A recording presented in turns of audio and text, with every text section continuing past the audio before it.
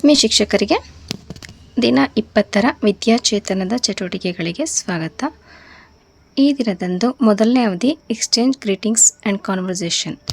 ಈ ಒಂದು ಅವಧಿಯಲ್ಲಿ ಮಕ್ಕಳು ಕದಂ ತಾಲ್ ಚಟುವಟಿಕೆಯನ್ನು ನಿರ್ವಹಣೆ ಮಾಡಿಕೊಂಡು ತರಗತಿಯನ್ನು ಪ್ರವೇಶ ಮಾಡಬೇಕಾಗತ್ತೆ. ಆ್ಯಂಡ್ ಸೆಕೆಂಡ್ ಆ್ಯಕ್ಟಿವಿಟಿ ಬಂದಲ್ಲಿ ರೈನ್ ಕ್ಲ್ಯಾಪನ್ನು ಹಾಕಿಸ್ಬೇಕಾಗತ್ತೆ. ನೆಕ್ಸ್ಟ್ ಇನ್ನೊಂದು ಆ್ಯಕ್ಟಿವಿಟಿ ನೇಚರ್ ವಾಕ್ ಅಂತೇಳಿ, ಅಂದರೆ ಹತ್ತಿರದಲ್ಲಿ ನಿಮಗೆ ಪಾರ್ಕ್ ಅಥವಾ ಲಭ್ಯ ಇದ್ದರೆ ಅಲ್ಲಿಗೆ ಕರ್ಕೊಂಡು ಹೋಗಬೇಕಾಗತ್ತೆ. ಅಥವಾ ನಿಮ್ಮಲ್ಲೇ ಶಾಲೆಯಲ್ಲಿ ತೋಟ ಅಥವಾ ಗಾರ್ಡನ್ ಅಥವಾ ಕೈತೋಟ ನಿರ್ವಹಣೆ ಮಾಡಿದ್ರೆ ಅಲ್ಲಿ ಕರ್ಕೊಂಡೋಗಿ ಅಲ್ಲಿರುವಂಥ ಗಿಡಗಳಿರ್ಬೋದು ಅಥವಾ ಬೇರೆ ಬೇರೆ ವಿವಿಧ ರೀತಿಯ ಹೂಗಳ ಗಿಡಗಳಿರ್ಬೋದು, ಏನೇನೆಲ್ಲ ಗಿಡಗಳನ್ನ ಬೆಳೆಸಿದ್ರೆ ಅನ್ನೋದ್ರ ಬಗ್ಗೆ ನೀವೇನು ಮಾಡಬೇಕಾಗತ್ತೆ, ಮಕ್ಕಳ ಜೊತೆ ಮಾತನಾಡಬೇಕಾಗತ್ತೆ. ಈ ಎಲ್ಲ ಆ್ಯಕ್ಟಿವಿಟಿಗಳನ್ನು ಆದಷ್ಟು ಇಂಗ್ಲೀಷ್ನಲ್ಲಿ ಹೇಳ್ಕೊಡ್ಬೇಕಾಗತ್ತೆ.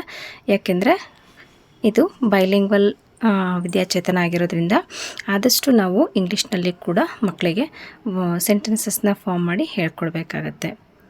ಇನ್ನು ಎರಡನೇ ಅವಧಿ ಮೈ ಟೈಮ್. ಈ ದಿನದಂದು ನಾವು ಹೊಸ ಚಟುವಟಿಕೆಗಳನ್ನು ಅಲ್ಲಿ ನಾವು ಅಂದರೆ ಲರ್ನಿಂಗ್ ಏರಿಯಾಗಳಲ್ಲಿ ಹೊಸ ಚಟುವಟಿಕೆಗಳನ್ನು ಪರಿಚಯ ಮಾಡಿಕೊಡ್ಬೇಕಾಗತ್ತೆ. ಇಲ್ಲಿ ಎರಡೆರಡು ಚಟುವಟಿಕೆಗಳನ್ನು ಮಾತ್ರ ಎರಡೆರಡು ಏರಿಯಾಗಳಲ್ಲಿ ಕಾರ್ನರ್ಗಳಲ್ಲಿ ಏನು ಮಾಡಬೇಕು ಅನ್ನೋದನ್ನು ಕೊಡಲಾಗಿದೆ. ಆದರೆ ನಾನು ಪೂರ್ತಿ 4 ಕಾರ್ನರ್ಗಳಲ್ಲಿರುವಂತಹ ಒಟ್ಟು 8 ಚಟುವಟಿಕೆಗಳನ್ನು ಕೂಡ ನಾನಲ್ಲಿ ಪರಿಚಯ ಮಾಡಿಕೊಟ್ಟಿದ್ದೀನಿ. ಏನೇನೆಲ್ಲ ನಿರ್ವಹಣೆ ಮಾಡಬೇಕು ಅಂತ ವಿಡಿಯೋ ಇದೆ. ಅದೇ ರೀತಿಯಲ್ಲಿ ನೀವು ನಿರ್ವಹಣೆ ಮಾಡ್ಬೋದು. ಇಲ್ಲಿ ಬಿಲ್ಡಿಂಗ್ ಬ್ಲಾಕ್ಸ್ ಮೂಲೆಯಲ್ಲಿ ಎತ್ತರಕ್ಕೆ ಏರೋಣ ಎಂಬಂಥ ಒಂದು ಚಟುವಟಿಕೆಯನ್ನು ನಿರ್ವಹಿಸಬೇಕು. ಇಲ್ಲಿ ನೀವು ವಿಡಿಯೋದಲ್ಲಿ ನೋಡಬಹುದು. ಇಲ್ಲಿ ಕಲಿಕಾ ಕಿಟ್ನಲ್ಲಿ ಬಳಸಿರುವಂಥ ಬಿಲ್ಡಿಂಗ್ ಬ್ಲಾಕ್ಸ್ಗಳು ಅಥವಾ ನಿಮ್ಮ ಹಂತದಲ್ಲಿ ಸೋಪ್ ಬಾಕ್ಸ್ಗಳು ಅಥವಾ ಬೆಂಕಿ ಪೊಟ್ಟಣಗಳು ಅಥವಾ ಕಾಫಿ ಲೋಟಗಳು, ಪೇಪರ್ ಲೋಟಗಳು ಅಥವಾ ಡೈಸ್ಗಳು, ಈ ರೀತಿಯಾದಂತಹ ವಸ್ತುಗಳನ್ನು ಬಳಸ್ಕೊಂಡು ಎತ್ತರಕ್ಕೆ ಏರೋಣ ಎಂಬಂಥ ಒಂದು ಚಟುವಟಿಕೆಯನ್ನು ನಿರ್ವಹಿಸ್ಬೋದು. ಇಲ್ಲಿ ವಿಡಿಯೋದಲ್ಲಿ ನೀವು ಅನೇಕ ವಸ್ತುಗಳನ್ನು ಬಳಸ್ಕೊಂಡು ಯಾವ ರೀತಿ ಮಕ್ಕಳು ಎತ್ತರಕ್ಕೆ ಏರೋಣ ಎಂಬಂತಹ ಚಟುವಟಿಕೆಯನ್ನು ನಿರ್ವಹಿಸಿದ್ದಾರೆ ಅಂತೇಳಿ ನೀವು ನೋಡ್ತಾ ಇದ್ದೀರಾ. ಅದೇ ರೀತಿಯಲ್ಲಿ ನೀವು ನಿರ್ವಹಣೆ ಮಾಡಬೇಕಾಗತ್ತೆ. ಒಂದು ಗಣಿತ ಮೂಲೆಯಲ್ಲಿ ದಾಳದ ಚಟುವಟಿಕೆ ಅಂತ ಕೊಟ್ಟಿದ್ದಾರೆ. ಇದನ್ನು ಕೂಡ ನೀವು ವಿಡಿಯೋದಲ್ಲಿ ನೋಡ್ತಾ ಇರೋ ರೀತಿಯಲ್ಲಿ ಒಂದು ಚಾರ್ಟನ್ನು ಇಲ್ಲಿ ಕೊಟ್ಟಿರುವಂಥ ಚಿತ್ರದಲ್ಲಿ ನೀವು ನೋಡ್ತಿದ್ದೀರಾ. ಹಾಗೆ ವಿಡಿಯೋದಲ್ಲೂ ಕೂಡ ಅಲ್ಲಿ ಒಂದು ಚಾರ್ಟನ್ನು ರೆಡಿ ಮಾಡ್ಕೊಂಡಿದ್ದಾರೆ. ಸೊ ಅದೇ ರೀತಿಯಾದಂಥ ಒಂದು ಚಾರ್ಟನ್ನು ರೆಡಿ ಮಾಡ್ಕೋಬೇಕು. ಅಲ್ಲಿ ಚಾರ್ಟಲ್ಲಿ ನೀವು ನೋಡ್ತಿದ್ದೀರಾ 1, 2, 3, 4, 5, 6 ಅಂದರೆ 1ರಿಂದ ಸುಮಾರು ಅಲ್ಲಿ 10 ಅಥವಾ 15 ಅಂಕಗಳವರೆಗೆ ಏನು ಮಾಡಿದ್ದಾರೆ, ಸಂಖ್ಯೆಗಳನ್ನು ಅಲ್ಲಿ ಗುರುತಿಸ್ಬಿಟ್ಟು ಆ ವೃತ್ತದೊಳಗಡೆ ಈ ರೀತಿಯಾದಂಥ ಚಾರ್ಟನ್ನು ಮಾಡಿದ್ದಾರೆ. ಸೊ ಆ ಚಾರ್ಟನ್ನು ನೀವಲ್ಲಿ ಏನು ಮಾಡಬೇಕಾಗುತ್ತೆ, ನೀವು ಕೂಡ ಮಾಡ್ಕೋಬೇಕು. ನಂತರ ಒಂದು ಡೈಸನ್ನು ತೊಗೋಬೇಕು. ಅಲ್ಲಿ ನಿಮಗೆ ಡೈಸ್ಗಳು ಈಗಾಗಲೇ ನಲಿಕಲಿ ಕಿಟ್ನಲ್ಲಿ ಬಂದಿರುತ್ತೆ. ಅದರಲ್ಲಿ ಜಾಸ್ತಿ ಅಂಕೆಗಳಿರುವಂಥದ್ದು ಸಾಮಾನ್ಯವಾಗಿ 6ರವರೆಗೆ ಅಂಕೆಗಳಿರ್ತವೆ. ಸೊ ಅಷ್ಟು ಡೈಸ್ಗಳನ್ನು ನೀವಲ್ಲಿ ಬಳಸ್ಕೋಬೇಕಾಗತ್ತೆ. ಅಥವಾ ನಿಮ್ಮ ಒಂದು ಆ ಸೂಟ್ ಕೇಸ್ ಟೈಪಲ್ಲಿ ಕೊಟ್ಟಿರೋಂಥದ್ರಲ್ಲೂ ಕೂಡ ಡೈಸ್ಗಳಿದೆ, ಅದರಲ್ಲಿರುವ ಡೈಸ್ಗಳನ್ನೂ ಕೂಡ ನೀವು ಬಳಸ್ಕೋಬೇಕಾಗತ್ತೆ. ಸೊ ಈಗ ಡೈಸನ್ನು ಬಿಟ್ಟ ಅಂಥ ಸಂದರ್ಭದಲ್ಲಿ ಆ ಮೇಲ್ಮುಖವಾಗಿ ಯಾವ ಸಂಖ್ಯೆ ಬಿದ್ದಿರುತ್ತೆ, ಇಲ್ಲಿ ಮಕ್ಕಳ ವಿಡಿಯೋದಲ್ಲಿ ಆಟ ಆಡ್ತಿರೋದನ್ನು ನೀವು ನೋಡಿದ್ದೀರಾ. ಸೊ ಯಾವುದು ಮೇಲ್ಮುಖವಾಗಿ ಬೀಳುತ್ತೆ, ಉದಾಹರಣೆಗೆ 6 ಅಂತ ಬಿದ್ದರೆ ಇಲ್ಲಿ ವೃತ್ತದಲ್ಲಿ 6 ಚುಕ್ಕಿಗಳಿರುವಂತಹ ವೃತ್ತ ಯಾವುದು ಅಂತ ಗುರುತಿಸಿ ಮಗು ಅಲ್ಲಿಗೆ ಒಂದು ಬೀಜವನ್ನು ಅಥವಾ ಯಾವುದಾದ್ರು ಒಂದು ಮಣಿಯನ್ನು ಇಡಬೇಕು.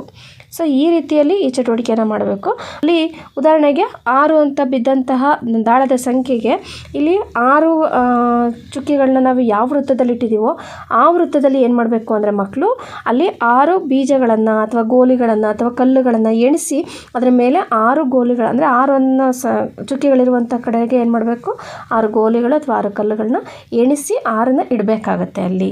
ಸೊ ಈ ರೀತಿಯಲ್ಲಿ ಉದಾಹರಣೆಗೆ 2 ಬಿದ್ದರೆ 2 ಕಲ್ಲುಗಳನ್ನ ಅದರ ಮೇಲೆ ಎಣಿಸಿ ಅಲ್ಲೇ ಕೊಟ್ಟಿರುವಂಥ ಚುಕ್ಕಿ ಮೇಲೇ ಮತ್ತೆ ಇಡಬೇಕಾಗತ್ತೆ. ಸೊ 10 ಬಿದ್ದರೆ 10 ಕಲ್ಲುಗಳನ್ನ ಅಥವಾ 10 ಹುಣಸೆ ಬೀಜಗಳನ್ನು ಅಥವಾ 10 ಗೋಲಿಗಳನ್ನು ಆ ಒಂದು ವೃತ್ತದ ಮೇಲೆ, ಯಾವ ವೃತ್ತದಲ್ಲಿ 10 ಚುಕ್ಕಿಗಳಿರುತ್ತೋ ಆ ವೃತ್ತದ ಮೇಲೆ ಎಣಿಸಿ ಮಗು ಇಡಬೇಕಾಗತ್ತೆ. ಈ ರೀತಿಯಲ್ಲಿ ನಾವು ಗಣಿತ ಮೂಲೆ ಚಟುವಟಿಕೆಯನ್ನು ನಿರ್ವಹಿಸಬೇಕಾಗತ್ತೆ. ಇನ್ನು ಅನ್ವೇಷಣ ಅಥವಾ ವಿಜ್ಞಾನ ಮೂಲೆ. ಇಲ್ಲಿ ಬಾಯಾರಿದ ಕಾಗೆ ಎಂಬಂಥ ಒಂದು ಚಟುವಟಿಕೆಯನ್ನು ನಿರ್ವಹಿಸೋದಕ್ಕೆ ಹೇಳಿದ್ದಾರೆ. ಸೊ ನಿಮಗೆಲ್ಲರಿಗೂ ಬಾಯಾರಿದ ಕಾಗೆ ಬಗ್ಗೆ ಕತೆ ಗೊತ್ತಿದೆ. ಸೊ ಮೊದಲಿಗೆ ಆ ಕಥೆಯನ್ನು ನೀವು ಹೇಳ್ಕೊಡ್ಬೇಕು ಮಕ್ಕಳಿಗೆ. ಅಂದರೆ ಒಂದು ಕಾಗೆ ತುಂಬ ಬಾಯಾರಿಕೆ ಆಗಿತ್ತು. ಆ ಕಾಗೆ ನೀರನ್ನು ಹರಿಸುತ್ತಾ ಏನು ಮಾಡ್ತು, ಹುಡ್ಕೊಂಡು ಬರಬೇಕಾದ್ರೆ ಒಂದು ದೂರದಲ್ಲಿ ಒಂದು ಊಜಿಯಲ್ಲಿ ನೀರಿತ್ತು. ಸೊ ಅದು ಕುಡಿಯೋಕ್ಕೆ ಹೋದಂಥ ಸಂದರ್ಭದಲ್ಲಿ ಅದು ಎಟಕಲಿಲ್ಲ. ಆಗ ಏನು ಮಾಡ್ತು, ಸುತ್ತಮುತ್ತ ನೋಡಿ ಅಲ್ಲಿ ಅಕ್ಕಪಕ್ಕದಲ್ಲಿ ಬಿದ್ದಿದ್ದಂಥ ಕಲ್ಲುಗಳನ್ನ ತಂದು ಆ ಊಜಿ ಒಳಗಡೆ ಹಾಕಿತ್ತು. ಸೊ ಊಜಿ ಒಳಗಡೆ ಕಲ್ಲನ್ನು ಹಾಕಿದ ತಕ್ಷಣ ನೀರೇನಾಯಿತು, ಮೇಲೆ ಬಂತು, ನೀರನ್ನು ಕುಡಿದು ಕಾಗೆ ಹೊರಟೋಯ್ತು. ಈ ಒಂದು ಕಥೆಯನ್ನು ಆಧರಿಸಿ ಮಕ್ಕಳಿಗೆ ಕಥೆಯನ್ನು ಹೇಳಿ ಆ ನಂತರ ಏನು ಮಾಡಬೇಕು, ಒಂದು ಊಜಿ ಅಥವಾ ಒಂದು ಪಾತ್ರೆ ಒಳಗಡೆ ಕೆಳಭಾಗದಲ್ಲಿ ನೀರನ್ನು ಇಟ್ಕೊಂಡು ಜೊತೆಗೆ ಸುತ್ತಮುತ್ತ ಕಲ್ಲುಗಳು ಅಥವಾ ಗೋಲಿಗಳಿದ್ರೆ ಬಳಸ್ಕೊಂಡು ಅವುಗಳನ್ನ ಮಕ್ಕಳ ಕಡೆಯಿಂದ ಹಾಕಿಸಿ ಅಲ್ಲಿ ಆಗುವಂಥ ಬದಲಾವಣೆ, ಅಂದರೆ ನೀರು ಕೆಳಗಡೆ ಇದ್ದಿದ್ದಂಥ ನೀರು ಹೇಗೆ ಮೇಲೆ ನೀರು ಬರುತ್ತೆ ಅನ್ನೋದನ್ನು ಮಕ್ಕಳಿಗೆ ಸ್ವತಃ ಒಂದು ಅನ್ವೇಷಣೆ ಮೂಲಕ ಅದನ್ನು ನೋಡಲಿಕ್ಕೆ ಅವಕಾಶವನ್ನು ಮಾಡಿಕೊಡ್ಬೇಕಾಗತ್ತೆ. ಈ ರೀತಿಯಲ್ಲಿ ಆ ಕಾಗೆಯ ಕಥೆಯನ್ನು ನಾವು ಮಕ್ಕಳಿಗೆ ಅರ್ಥ ಮಾಡಿಸ್ಬೇಕಾಗತ್ತೆ. ಜೊತೆಗೆ ಅಲ್ಲಿ ನೀರು ಯಾವ ರೀತಿಯಲ್ಲಿ ಕಲ್ಲುಗಳನ್ನ ಹಾಕಿದಾಗ ಮೇಲೆ ಬಂತು ಅದನ್ನು ನಾವಲ್ಲಿ ಈ ಒಂದು ಅನ್ವೇಷಣೆ ಮೂಲಕ ಮಕ್ಕಳಿಗೆ ಪರಿಚಯಿಸ್ಕೊಡ್ಬೇಕಾಗತ್ತೆ. ಇನ್ನು ಗೊಂಬೆಗಳ ಮೂಲೆ, ಇಲ್ಲಿ ನಾನೇ ಗೊಂಬೆ ಎಂಬಂಥ ಒಂದು ಚಟುವಟಿಕೆಯನ್ನು ನಿರ್ವಹಿಸಬೇಕು. ಅಂದರೆ ಈ ಮೂಲೆಗಳಿಗೆ ಬಂದಂಥ ಸಂದರ್ಭದಲ್ಲಿ ಮಗು ಈ ಒಂದು ಚಟುವಟಿಕೆಗಳನ್ನ ಮಾಡಬೇಕು ಅನ್ನೋದು ನಿಮಗೆ ಗೊತ್ತಿದೆ. ಸೊ ಇಲ್ಲಿ ನಾನೇ ಗೊಂಬೆ ಎಂಬಂಥ ಮೂಲೆಯಲ್ಲಿ ಅನೇಕ ಪ್ರಾಣಿಗಳ ಪಕ್ಷಿಗಳ ಗೊಂಬೆಗಳನ್ನು ನಾವು ಇಟ್ಟಿರ್ತೀವಿ. ಸೊ ಅದರಲ್ಲಿ ಮಗುಗೆ ಯಾವ್ದು ಇಷ್ಟ ಆಗುತ್ತೋ ಅದನ್ನು ಒಂದನ್ನು ಆಯ್ಕೆ ಮಾಡ್ಕೋಬೇಕು. ಆಯ್ಕೆ ಮಾಡಿಕೊಂಡು ಅದ್ರ ಬಗ್ಗೆ ಹೇಳಬೇಕು. ಉದಾಹರಣೆಗೆ ನಾನು ಸಿಂಹ, ಅಂದರೆ ಸಿಂಹ ಗೊಂಬೆಯನ್ನು ಆಯ್ಕೆ ಮಾಡಿಕೊಂಡ್ರೆ ನಾನು ಸಿಂಹ, ನಾನು ಕಾಡಿನಲ್ಲಿ ಇರುವೆ, ನಾನು ಗರ್ಜಿಸುತ್ತೇನೆ, ನಾನು ಕಾಡಿನ ರಾಜನಾಗಿದ್ದೇನೆ. ಸೊ ಈ ರೀತಿಯಲ್ಲಿ ಆ ಸಿಂಹದ ಬಗ್ಗೆ ನಾನೇ ಸಿಂಹ ಅನ್ನೋ ಒಂದು ಊಹಿಸ್ಕೊಂಡು ಮಗು ಮಾತನಾಡಬೇಕು. ಅಥವಾ ನಾನು ನವಿಲು ಹೇಗೆ ಏನೇನಕ್ಕೆ ಪ್ರಸಿದ್ಧಿಯಾಗಿದೆ, ಅಥವಾ ನಾನು ನವಿಲು, ನನ್ನ ರಾಷ್ಟ್ರ ಪಕ್ಷಿ ಅಂತ ಕರೀತಾರೆ, ನನಗೆ ಗರಿಗಳಿದೆ, ಬಣ್ಣ ಬಣ್ಣದ ಗರಿಗಳಿವೆ. ಸೊ ಈ ರೀತಿಯಲ್ಲಿ 2-3 ವಾಕ್ಯದಲ್ಲಿ ಆ ಮಗು ತಾನು ಆಯ್ಕೆ ಮಾಡಿಕೊಂಡಂತಹ ಗೊಂಬೆಯ ಬಗ್ಗೆ ಹೇಳಬೇಕು. ಸೊ ಈ ರೀತಿಯಾದಂಥ ಒಂದು ಚಟುವಟಿಕೆಯನ್ನು ಈ ಒಂದು ಗೊಂಬೆಗಳ ಮೂಲೆಗೆ ಬಂದಂಥ ಸಂದರ್ಭದಲ್ಲಿ ಮಕ್ಕಳು ನಿರ್ವಹಿಸಬೇಕಾಗತ್ತೆ. ನಾವು ಓದುವ ತರಗತಿ ಗ್ರಂಥಾಲಯ ಮೂಲೆ, ಇಲ್ಲಿ ಚಿತ್ರ ಸರಣಿ ಓದು ಅಂತೇಳಿ ಚಟುವಟಿಕೆಯನ್ನು ಕೊಟ್ಟಿದ್ದಾರೆ. ಒಂದು ಚಿತ್ರಕಥೆಯ ಕಾರ್ಡ್ಗಳನ್ನು ಪ್ರತಿಯೊಬ್ಬರಿಗೂ ಸರಣಿಯಾಗಿ ಕೊಟ್ಟಿದ್ದೀನಿ. ಪ್ರತಿಯೊಬ್ಬರಿಗೂ ಒಂದೊಂದು ಸಂದರ್ಭದ ಒಂದೊಂದು ಕಾರ್ಡ್ಗಳನ್ನು ಕೊಟ್ಟಿದ್ದೀನಿ. ಅದನ್ನು ಪ್ರತಿಯೊಬ್ಬರು ವಿವರಿಸಿ ಹೇಳಬೇಕು. ಫಸ್ಟು ಜ್ಞಾನೇಂದ್ರ, ಇಲ್ಲಿ ಮೊದಲಿಂದ ಶುರು ಮಾಡು. ಬೇಟೆಗಾರ ಬೇಟೆಯಾಡಕ್ಕೆ ಅಂತ ಬಲೆ ಹಾಕ್ಬಿಟ್ಟು ಅದ್ರಲ್ಲಿ ಕಾಳಕ್ ಹೋದ. ನೆಕ್ಸ್ಟ್ ಏನಾಗುತ್ತೆ? ಪಕ್ಷಿಗಳೆಲ್ಲ ಬಂದು ಬಲೆ ಒಳಗೆ ಕಾಲಿತ್ತಲ್ಲ ಅದನ್ನ ಕಾಳು ತಿನ್ನಕ್ಕೆ ಅಂತ ಬಂದ್ವು. ನೆಕ್ಸ್ಟ್ ಏನಾಗುತ್ತೆ ಭೂಮಿಕಾ?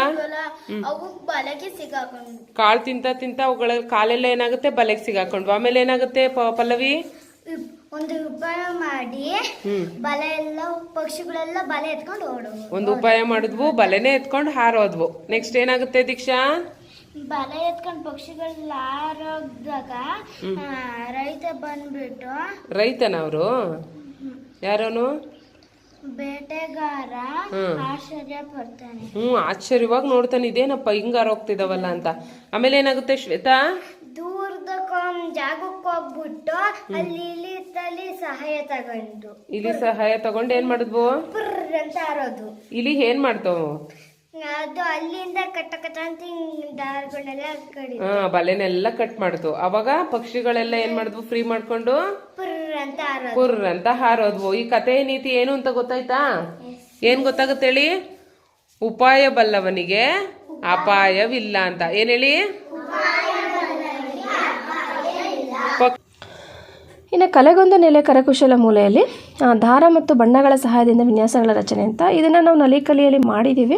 ಅಂದರೆ ದಾರವನ್ನು ಬಳಸಿ ಒಂದು ಚಿತ್ರರಚನೆಯನ್ನು ಮಾಡುವಂತಹ ವಿಧಾನವನ್ನು ಇಲ್ಲಿ ವಿಡಿಯೋದಲ್ಲಿ ನೀವು ನೋಡ್ತಿದ್ದೀರಾ. ಅಂದರೆ ದಾರದಲ್ಲಿ ಉದಾಹರಣೆಗೆ ಒಂದೇ ದಾರ ತೊಗೋಬೋದು, ಅಥವಾ 2-3 ದಾರಗಳನ್ನು ಒಂದೇ ಅಳತೆ 2-3 ದಾರಗಳನ್ನು ಕಟ್ ಮಾಡಿಕೊಂಡು, ಅಂದರೆ ಒಂದು ಅಡಿ ಅಥವಾ ಅದಕ್ಕಿಂತ ಉದ್ದವಾದಂತಹ ದಾರಗಳನ್ನು ಕಟ್ ಮಾಡ್ಕೋಬೇಕು. ಅವನ್ನು ಒಂದೊಂದು ಬಣ್ಣದಲ್ಲಿ ಒಂದೊಂದು ದಾರವನ್ನು ಅದ್ದಿ ಏನು ಮಾಡಬೇಕು, ಪೇಪರ್ ಮೇಲೆ ಡಿಸೈನ್ ಆಗಿ ನಾವು ಇಡಬೇಕು, ಅಂದರೆ ಮಡಚಿದ ಪೇಪರ್ ಮೇಲೆ. ಸೊ ಇಲ್ಲಿ ನೀವು ವಿಡಿಯೋದಲ್ಲಿ ನೋಡ್ತಾ ಇದ್ದೀರಾ ಅವ್ರ ಮಕ್ಕಳು ಹೇಗೆ ಮಾಡ್ತಿದ್ದಾರೆ ಅಂತೇಳಿ. ಸೊ ಆ ರೀತಿಯಲ್ಲಿ ನಿಮಗೆಲ್ಲರೂ ಪರಿಚಯ ಇದೆ ಇದು. ಸೊ ಇದೇ ರೀತಿಯಲ್ಲಿ ನೀವು ಮಕ್ಕಳಿಂದ ಪ್ರತಿಯೊಂದು ಮಗು ಕಲೆಗೊಂದು ನೆಲೆ ಕರಕುಶಲ ಮೂಲೆಗೆ ಬಂದಂಥ ಸಂದರ್ಭದಲ್ಲಿ ಈ ಒಂದು ವಸ್ತುಗಳನ್ನ ನಾವು ಇಟ್ಟಿರಬೇಕು. ಮಗು ಆ ಪೇಪರ್ನ, ವೈಟ್ ಪೇಪರ್ನ ತೊಗೊಂಡು ಈ ರೀತಿಯಾದಂಥ ದಾರದಿಂದ ಚಿತ್ರರಚನೆಯನ್ನು ಮಾಡೋದನ್ನು ನಾವಲ್ಲಿ ಮಕ್ಕಳಿಂದ ಮಾಡಿಸ್ಬೇಕಾಗತ್ತೆ. ಬರೆಯುವ ಮೂಲೆ ಇಲ್ಲಿ ಅಕ್ಷರ ವಿನ್ಯಾಸ ಅಂತೇಳಿ ಕೊಟ್ಟಿದ್ದಾರೆ. ಇಲ್ಲಿ ಅಕ್ಷರದ ಮಾದರಿಗಳು ಅಥವಾ ಹಾಳೆ ಅಥವಾ ಡ್ರಾಯಿಂಗ್ ಶೀಟ್ಗಳು ಅಥವಾ ಏನು ನಕಲು ಮಾಡಲು ಅಂದರೆ ಎಷ್ಟು ಬೇಕೋ ಅಷ್ಟನ್ನು ಇಟ್ಕೋಬೇಕಾಗತ್ತೆ. ಉದಾಹರಣೆಗೆ ಇಲ್ಲಿ ಮಕ್ಕಳು ಈಗ ಆಲ್ರೆಡಿ ನಮ್ಮಲ್ಲಿ ರಬ್ಬರ್ ಅಕ್ಷರಗಳು ಇದೆ, ಅವುಗಳನ್ನ ಬಳಸ್ಕೊಂಡು ನಾವೇನು ಮಾಡಬೇಕು ಅಂದರೆ ಟ್ರೇಸ್ ಮಾಡ್ಕೋಬೋದು. ಅರಸ ಉದಾಹರಣೆಗೆ ಪದಗಳನ್ನ ಅಲ್ಲೇ ಇರುವಂತಹ ಅಕ್ಷರಗಳನ್ನ ಬಳಸ್ಕೊಂಡು ಪದ ರಚನೆ ಮಾಡ್ಕೊಳ್ತವೆ ಮಕ್ಕಳು. ಉದಾಹರಣೆಗೆ ಅರಸ, ರಸ ಅನ್ನೋದು ಆ ಮತ್ತು ರಸ 3 ರಬ್ಬರ್ ಅಕ್ಷರಗಳನ್ನ ಬಳಸ್ಕೊಂಡು ಆ ಮಗು ಏನು ಮಾಡುತ್ತೆ, ಅದನ್ನು ತಿದ್ದುಬಿಟ್ಟು ಅದರೊಳಗಡೆ ಬಣ್ಣ ಹಾಕುವಂಥದ್ದು ಅಥವಾ ಈ ರೀತಿ ಪದಗಳನ್ನ ಮೊದಲು ಹಿಂದಿನ ದಿನ ನಾವೇನು ಮಾಡಿದ್ವಿ, ಅಕ್ಷರಗಳನ್ನು ಮತ್ತು ಮಗ್ಗಿಗಳನ್ನು ಬಣ್ಣ ಹಾಕ್ಸಿದ್ವಿ. ಸೊ ಇವತ್ತು ಪದಗಳನ್ನು ಈ ಒಂದು ಬರೆಯುವ ಮೂಲೆಯಲ್ಲಿ ಪದಗಳನ್ನು ಗುರುತಿಸ್ಕೋಬೇಕು. ಉದಾಹರಣೆಗೆ ನಯನ, ಅರಸ, ದಸರಾ, ಗಗನ ಈ ರೀತಿ ಪದಗಳನ್ನು ಮಗು ಏನು ಮಾಡಬೇಕು, ಜೋಡಿಸ್ಕೊಂಡು ರಬ್ಬರ್ ಅಕ್ಷರಗಳಲ್ಲಿ ಜೋಡಿಸ್ಕೊಂಡು ಟ್ರೇಸ್ ಮಾಡಿ ಅದ ನಂತರ ಅವಕ್ಕೆ ಬಣ್ಣವನ್ನು ಹಾಕುವಂಥ ಒಂದು ಚಟುವಟಿಕೆಯನ್ನು ಈ ಬರೆಯುವ ಮೂಲೆಯಲ್ಲಿ ನಿರ್ವಹಣೆ ಮಾಡಬೇಕು. ಇನ್ನು ಆಟಿಕೆ ಅಥವಾ ಮಾಡಿ ನೋಡು ಮೂಲೆ, ಇಲ್ಲಿ ಮಣ್ಣಿನೊಂದಿಗೆ ಬೆಳೆ ಎಂಬಂತಹ ಒಂದು ಚಟುವಟಿಕೆಯನ್ನು ಕೊಡಲಾಗಿದೆ. ಇಲ್ಲಿ ನಾವು ಪಾರದರ್ಶಕ ಪ್ಲಾಸ್ಟಿಕ್ ಲೋಟಗಳನ್ನು ಬಳಸ್ಕೊಂಡು ಅದಕ್ಕೆ ಮಣ್ಣು ಅಂದರೆ ನಿಮ್ಮಲ್ಲಿ ಕೈತೋಟ ಇದ್ದರೆ ಅಥವಾ ಗಿಡಗಳ ಹತ್ರ ಇರುವಂಥ ಕೆಲವೊಂದು ಮಣ್ಣನ್ನು ತಗೋಬೇಕು. ಆ ಮಣ್ಣನ್ನು ಏನು ಮಾಡಬೇಕು, ಅರ್ಧ ತುಂಬಿಸ್ಕೋಬೇಕಾದ್ರೆ ನಿಮ್ಮಲ್ಲಿ ಎಷ್ಟು ಮಕ್ಕಳಿದ್ದಾರೋ ಅಷ್ಟು ಮಕ್ಕಳಿಗೆ ಬೇಕಾಗುವಷ್ಟು ಲೋಟಗಳನ್ನ ಅಲ್ಲಿ ಇಡಬೇಕು. ಮತ್ತು ಮಣ್ಣನ್ನು ಕೂಡ ಅದರಲ್ಲಿ ಅರ್ಧ ಮಣ್ಣನ್ನು ತುಂಬಿಸ್ಕೋಬೇಕು. ಅರ್ಧದಷ್ಟು ಮಣ್ಣನ್ನು ತುಂಬಿಸ್ಬೇಕು. ಮತ್ತು ಅದರೊಳಗಡೆ ರಾಗಿ ಅಥವಾ ಏನು ಕಾಳುಗಳು ಬರ್ತಾವಲ್ವ ಅವುಗಳನ್ನ, ಈ ಕಡಲೆಕಾಳು ಇರ್ಬೋದು, ಹೆಸರು ಕಾಳು ಇರ್ಬೋದು, ಅವುಗಳನ್ನು ಏನು ಮಾಡಬೇಕು, ಅದರೊಳಗಡೆ ಮಣ್ಣಿನೊಳಗಡೆ ಮುಚ್ಚಬೇಕು. ಜೊತೆಗೆ ಅದಕ್ಕೆ ಸ್ವಲ್ಪ ನೀರನ್ನು ಸಿಂಪಡಿಸಬೇಕು. ಈ ಬದಲಾವಣೆ ಒಂದೇ ದಿನದಲ್ಲಿ ಕಾಣಿಸೋದಿಲ್ಲ, 2-3 ದಿನ ಆದಮೇಲೆ ಕಾಣಿಸುತ್ತೆ. ಹಾಗಾಗಿ ಪಾರದರ್ಶಕ ಲೋಟವನ್ನು ಬಳಸ್ಕೊಳ್ಳಿ ಅಂತೇಳಿ ಹೇಳಿದ್ದೀವಿ.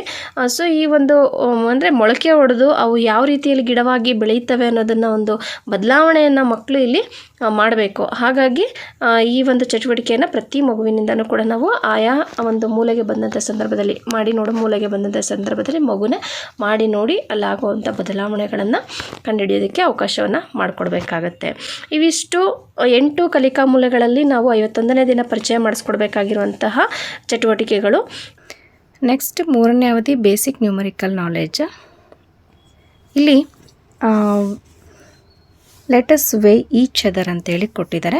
ಇಲ್ಲಿ ನಿಮ್ಮ ಶಾಲೆಯಲ್ಲಿ ಈಗಾಗಲೇ ಬಿಸಿಯೂಟದ ಒಂದು ಧಾನ್ಯಗಳನ್ನು ವೇ ಮಾಡಲಿಕ್ಕೆ ಒಂದು ಮಿಷಿನ್ನ ತಂದಿಟ್ಕೊಂಡಿರ್ಬೋದು, ಅಥವಾ ನಿಮ್ಮಲ್ಲಿ ಮಕ್ಕಳನ್ನು ತೂಕ ಹಾಕಲಿಕ್ಕೆ ನಿಮ್ಮಲ್ಲಿ ಯಾವ ಒಂದು ಸ್ಕೇಲನ್ನು ಬಳಸ್ತಿರೋ ಅದರ ಮೂಲಕ ಏನು ಮಾಡಬೇಕಾಗತ್ತೆ, ಇಲ್ಲಿ ಪ್ರತಿಯೊಂದು ಮಕ್ಕಳು ಕೂಡ ಸ್ವತಃ ತಾವೇ ತಮ್ಮ ತೂಕವನ್ನು ನೋಡ್ಕೊಳ್ಳೋಂಥದ್ದು ಮತ್ತು ಯಾವ ರೀತಿಯಲ್ಲಿ ತೂಕವನ್ನು ನೋಡ್ತಾರೆ ಹೇಗೆ ಅನ್ನೋದನ್ನು ನಾವಲ್ಲಿ ಪರಿಚಯ ಮಾಡಿಕೊಡ್ಬೇಕಾಗತ್ತೆ. ನೆಕ್ಸ್ಟು 4ನೇ ಅವಧಿ ಕ್ರಿಯೇಟಿವ್ ಆರ್ಟ್ಸ್. ಇಲ್ಲಿ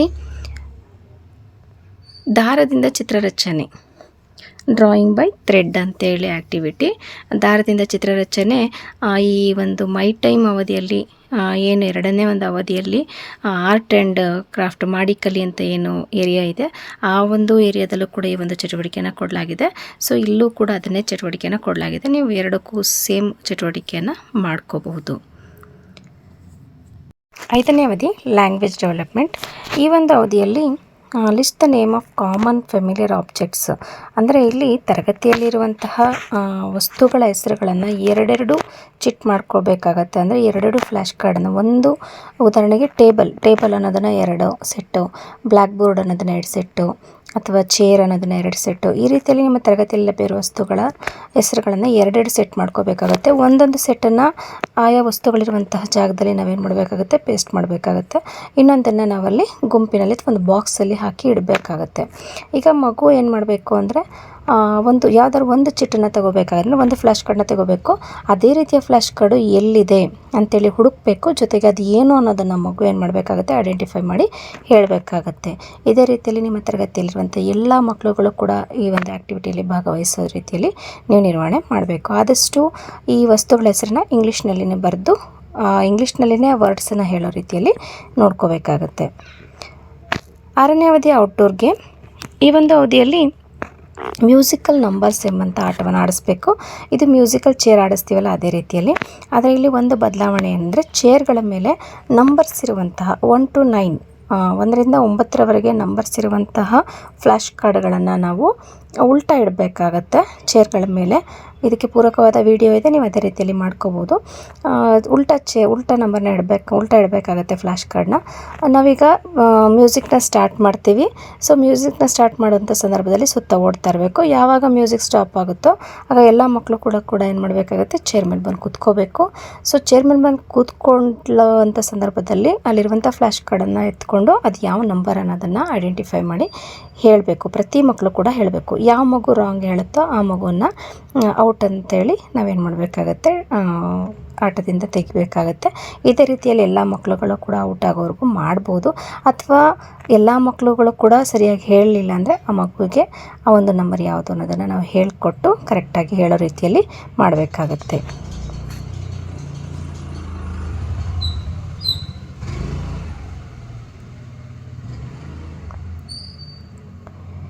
ಏಳನೇ ಅವಧಿ ಸ್ಟೋರಿ ಟೈಮ್. ಇಲ್ಲಿ ಗ್ರ್ಯಾಂಡ್ ಪಾಸ್ ಗಿಫ್ಟ್ ಈ ಒಂದು ಕಥೆಯನ್ನು ಹೇಳ್ಕೊಡ್ಬೇಕಾಗತ್ತೆ. ಗ್ರ್ಯಾಂಡ್ ಪಾಸ್ ಗಿಫ್ಟಲ್ಲಿ ಸಾಹಿತ್ಯವನ್ನು ಬಳಸ್ಕೊಂಡು ನಾವಲ್ಲಿ ಬರುವ ಪಾತ್ರಗಳನ್ನು ನಾವೇನು ಮಾಡಬೇಕಾಗತ್ತೆ, ಹೇಳ್ಕೊಡ್ಬೇಕಾಗತ್ತೆ. ಪೂರ್ತಿ ಕಥೆಯನ್ನು ಸಾರಾಂಶವನ್ನು ಕೂಡ ಹೇಳ್ಕೊಡ್ಬೇಕಾಗತ್ತೆ. ಕೊನೆಯ ಅವಧಿ ಸಿ ಯು ಅಗೇನ್.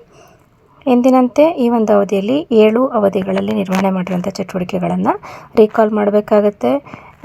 ಹೋಮ್ವರ್ಕ್ ಇದ್ದರೆ ಕೊಡಬೇಕಾಗುತ್ತೆ. ಹಾಗೆ ನೆಕ್ಸ್ಟ್ ಡೇ ಪ್ಲ್ಯಾನಿಂಗಿಗೆ ಬೇಕಾಗಿರುವಂತಹ ಎಲ್ಲ ವಸ್ತುಗಳನ್ನು ಜೋಡಿಸ್ಕೊಳ್ಳೋದಿರ್ಬೋದು ಅಥವಾ ಪ್ಲ್ಯಾನಿಂಗ್ ಮಾಡ್ಕೊಳ್ಳೋಂಥದ್ದಿರ್ಬೋದು, ಇವುಗಳನ್ನು ಕೂಡ ಈ ಒಂದು ಅವಧಿಯಲ್ಲಿ ನಿರ್ವಹಣೆ ಮಾಡಬೇಕಾಗತ್ತೆ. ಇದಿಷ್ಟು 20ನೇ ದಿನದ ಆ್ಯಕ್ಟಿವಿಟಿಗಳಿಗೆ ಸಂಬಂಧಂತಹ ವಿವರಗಳು. ಇಲ್ಲಿ ನೆನಪಿರಲಿ, 2ನೇ ಒಂದು ಅವಧಿಯಲ್ಲಿ ಹೊಸ ಚಟುವಟಿಕೆಗಳನ್ನು ಪರಿಚಯ ಮಾಡಿಕೊಡ್ಬೇಕಾಗತ್ತೆ. ಮಾರನೇ ದಿನದಿಂದ ಮಕ್ಕಳು ಆ ಒಂದು ಕಲಿಕಾ ಏರಿಯಾಗಳಲ್ಲಿ ಹೋಗಿ ನಿರ್ವಹಣೆ ಮಾಡಲಿಕ್ಕೆ ಗೈಡೆನ್ಸ್ನ ಕೊಡಬೇಕಾಗತ್ತೆ. Thank you.